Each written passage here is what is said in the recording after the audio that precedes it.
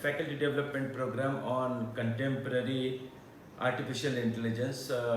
This is faculty development programs organized and specifically sponsored by in collaborations with the All India Council for Technical Education and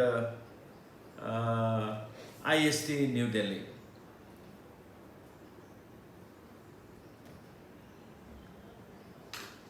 This particular program yesterday we have inaugurated, and the three authorities from the government, Dr. Amit Datta sir has given the message that he was busy into his some meeting with the ministers and the AICT chairman. That's why he said that all the best for as far as this starting this particular first program, online program driven by the AICT and IST together. But fortunately, the chairman of this IST, Mr. Pratap Desai sir, was there, and hence we could start along with Dr. Avinash Joshi. He was also the ex-chairman for the SPPU, Savitribai Phule Innovation Parks Foundations. Today, yesterday I was in a hurry, so that's why I could not take much part, and today there is a opportunity to welcome our own alumni, Mr. Dr. Amit Andre. And I am very fortunate that he is there on our advisory body too in a computer engineering department, specifically for the artificial intelligence and data science program. He is a really thorough technocrat, and he is having his own company. So being into the entrepreneur mode for more than 10 years, and we are very proud that he has acquired his degree from the abroad. And Amit, first of all, let me welcome you. As far as this today's contemporary AI is concerned, let me tell you that Vinayak Kotawar has taken this particular initiative along with the Shanti Guru madam, because this particular proposal was actually initiated by Shanti Guru, and then under the able guidance of Dr. Vinay Kotawar, this particular program now has been properly sponsored by the AICT, and that's why I think that 100 participants have registered for this program, 74 from outside college, from the 30 participants from 18 cities. I think perhaps Dr. Vinay Kotawar has mentioned about this. So considering this interest of this particular into this contemporary AI, we know that artificial intelligence becomes the part of our life. And when we talk about the contemporary AI, there are, because yesterday also I shared some of the important case studies with the fellow who is already working into the Facebook, and one fellow working into the Uber.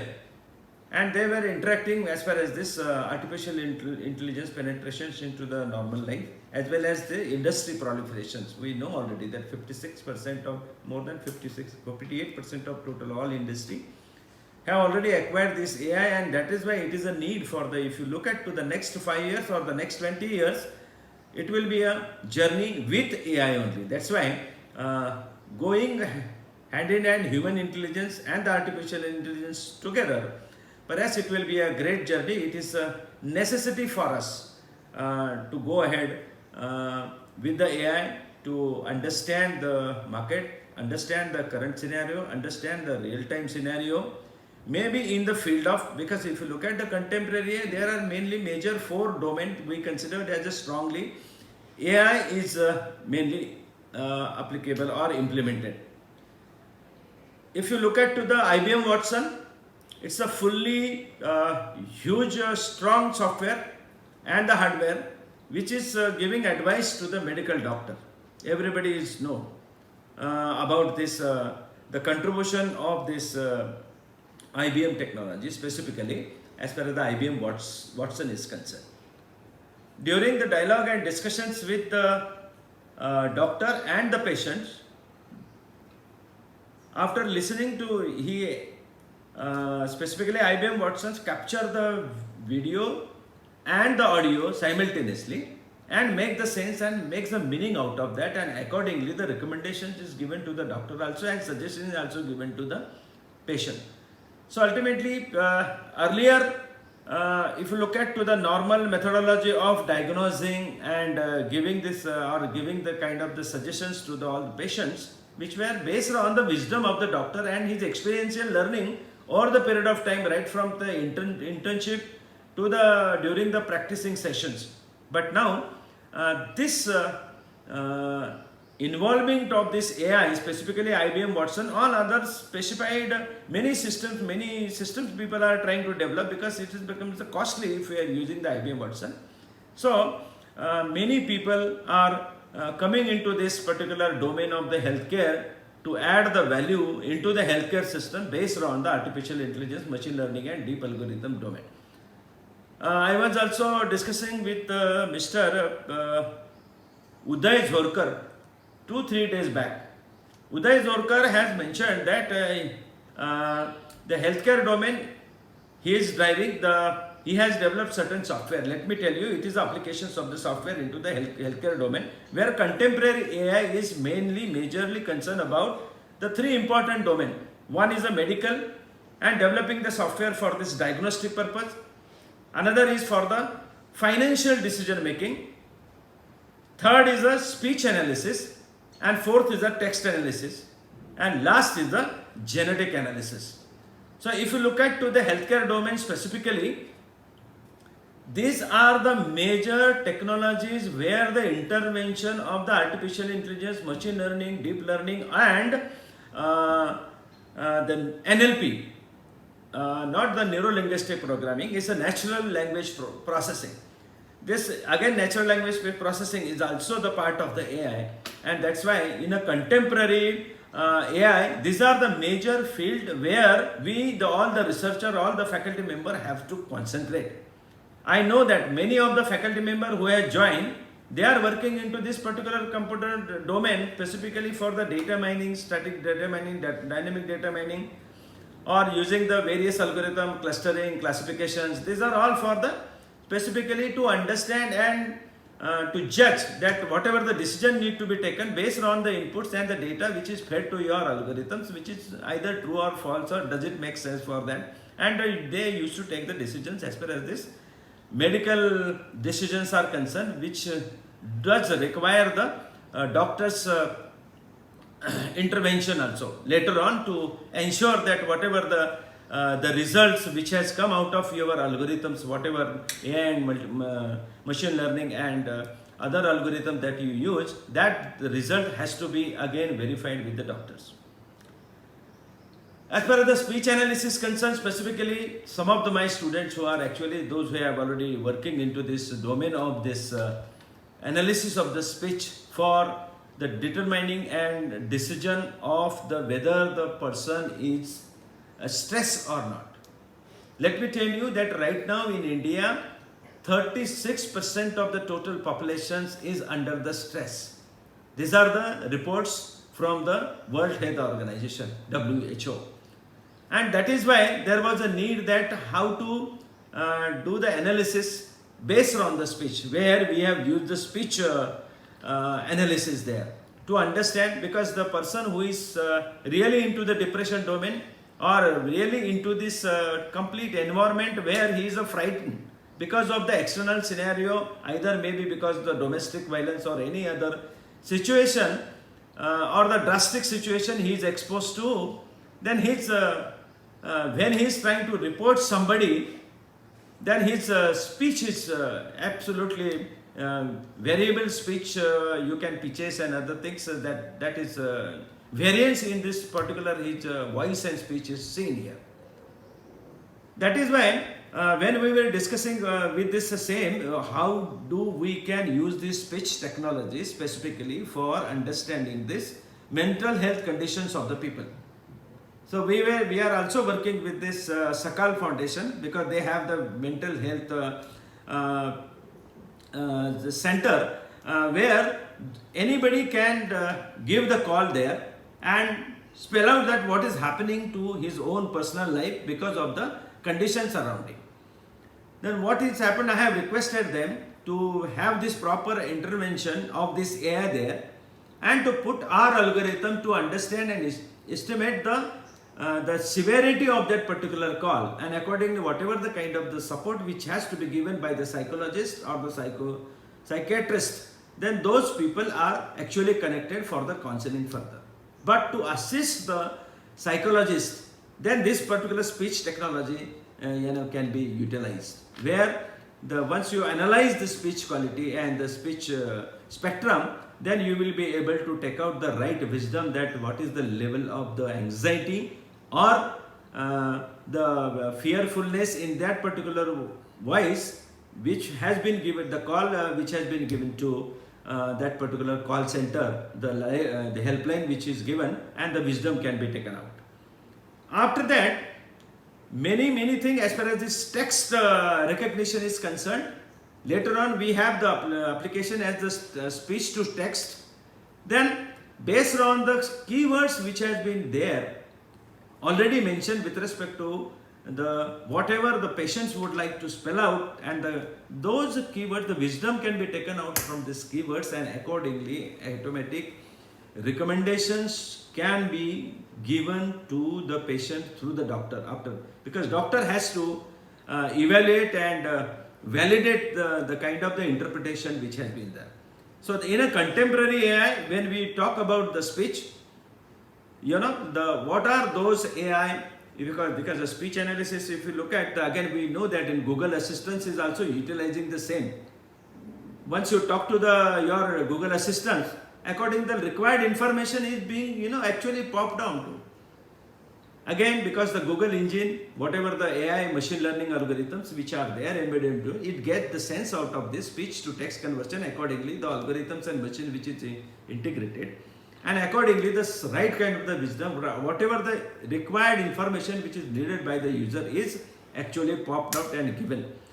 So it seems very simple, that yes, we are giving the input and exactly we are getting the output, which is what do require. But the huge amount of the data, the algorithms that you are trying to devise, the good skill sets are required to understand the complex algorithms which will give the correct outcome what the user decides. So you have to have the knowledge of the proper machine learning and deep learning algorithm. So there your contemporary AI is very much important. In some of the, I think that some of the faculty members are also working into this particular domain as far as this MRI medical analysis, EEG analysis of this heart, the signals which has taken out from the either vital signals, what your ECG specifically, or based on the its impact of the psychology, EEG signal also will be complementing to understand the heart conditions too. So if it is a fear condition, there are always we say that the cardiac patients should not be given any kind of the such message or information where he also will get into the more severity of this particular probability of this ischemic attack or the heart attack. So he is supposed to give the right kind of the environment, so that the cardiac patient should not be get arrest of that particular heart attack.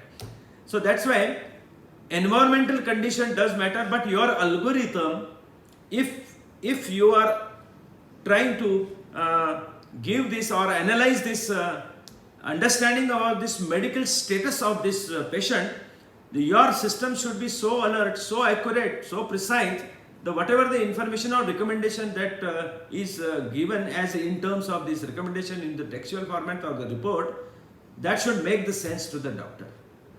And let us say if you are working into the cancer domain, the doctor also should be able to validate, yes, whatever your system that you have already based on whatever the real data which has come from the either from the MRI, it is making sense to the doctor or not.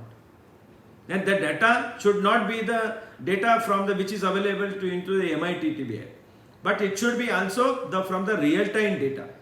And fortunately, we are also successful as far as this cancer detection is concerned, malignancy level detection is concerned, then the stages of the malignancy. All this can be predicted properly, diagnosed, predictions, and the growth of that particular cancer in the various stages also can be done into this medical. When you are talking about the contemporary AI, so either you can use this whatever the data, which should be real-time data if you are working into the medical field, because contemporary AI is mainly focused to this medical diagnostics, the financial decision making, speech, and the NLP and genetics algorithm. I was mentioning about the Uday Zorkar. He has started his Deep Genetics company.